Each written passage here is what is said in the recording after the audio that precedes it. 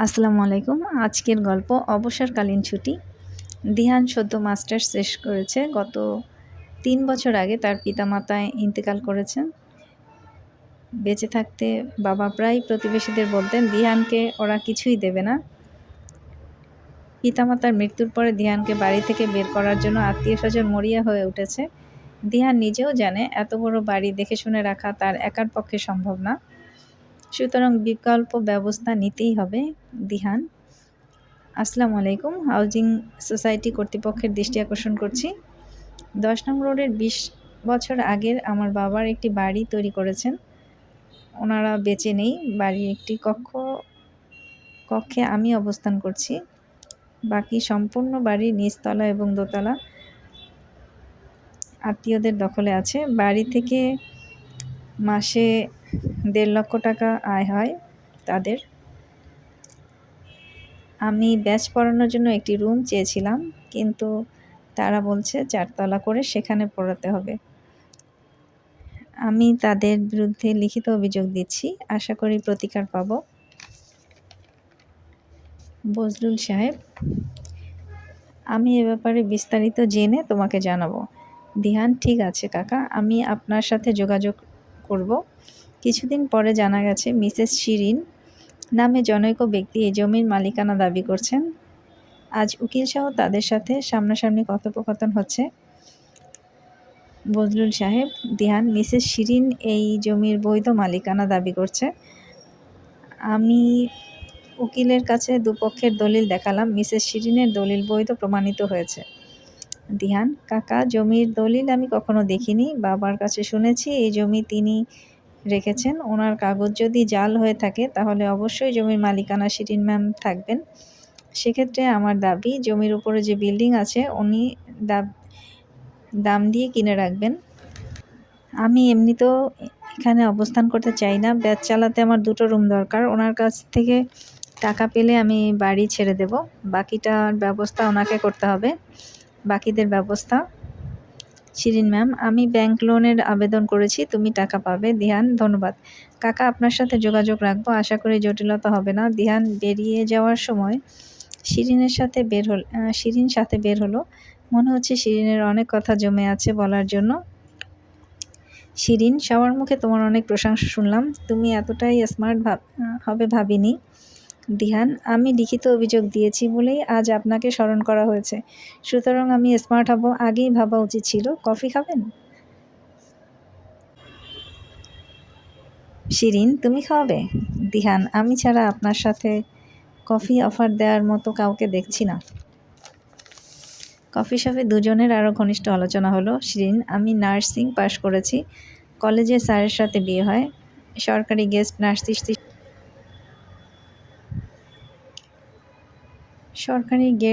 Guest nurse হিসাবে আমি যোগ দিয়েছিলাম।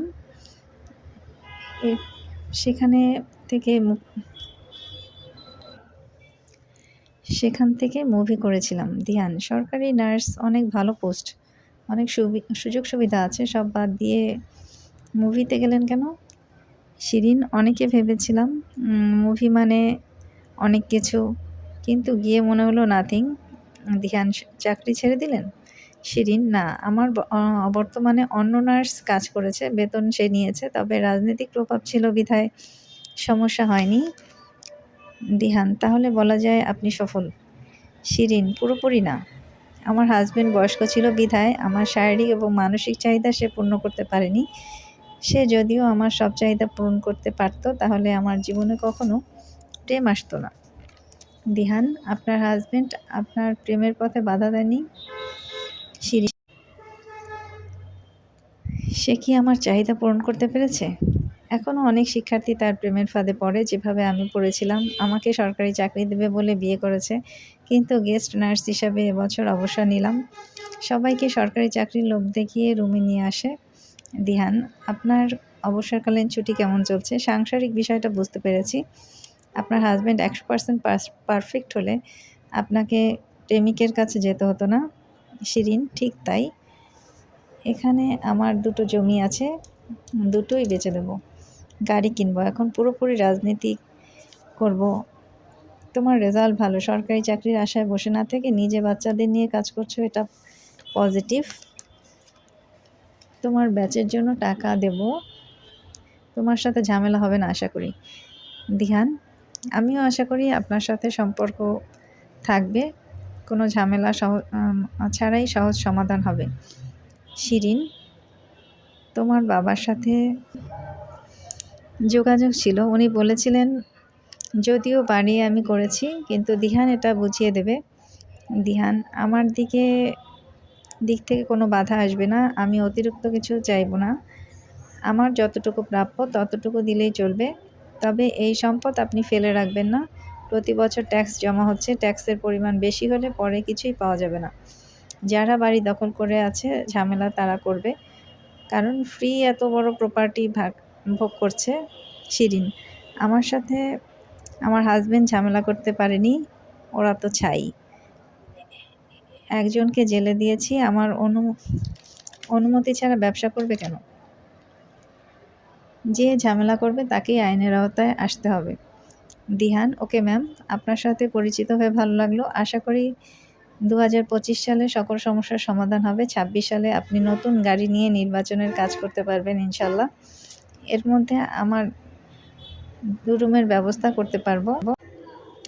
কিছুদিন বাদেই শিরিনের সাথে দেখা, নতুন গাড়ি নিয়ে নির্বাচনের প্রচারণা চালাচ্ছেন, গলায় 4টি সোনার মেডেল, 100 ফুটি 22 ক্যারেট, জনগণের ভালোবাসার প্রতীক। আজ দিহানের ব্যাচের সামনে থেকে যাবেন, ফোন দিয়েছিলেন, বললেন তোমার এলাকায় সুনাম আছে, অভিভাবকদের আমার দলের কথা বলবে। দিহান তাকে মিথ্যা আশ্বাস দেয়নি, বলেছে আপনার সালাম আমি সবাইকে পৌঁছে দেব। জটিলতা এড়িয়ে যাওয়া কোনো ব্যাপার না, যদি আপনি আমরা এক থাকি। শিরিন অবসরকালীন ছুটি এখন সমাজসেবা করে কাটিয়ে দিচ্ছে, ব্যস্ততার কমতি নেই। অবসর জীবনেও প্রেম করা যায়, শিরিন তার জ্বলন্ত প্রমাণ। দিহান, আপনাকে দেখে 50+ নারীদের শেখা উচিত, স্বামী উপযুক্ত না হলে উপযুক্ত প্রেমিক খুঁজে নাও, হাত ধরার জন্য পাশে একজন প্রেমিক যথেষ্ট। শিরিন, এভাবে ভাবিনি, এই বিষয়টি নিয়ে কাজ করতে হবে। 50+ মানেই মৃত্যুর প্রহরগোনা না, 50+ মানে হতে পারে ফার্স্ট লাভ আবার ফিরে পাওয়া।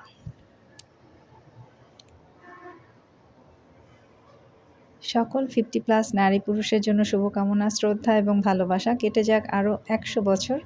ফি আমানিল্লাহ।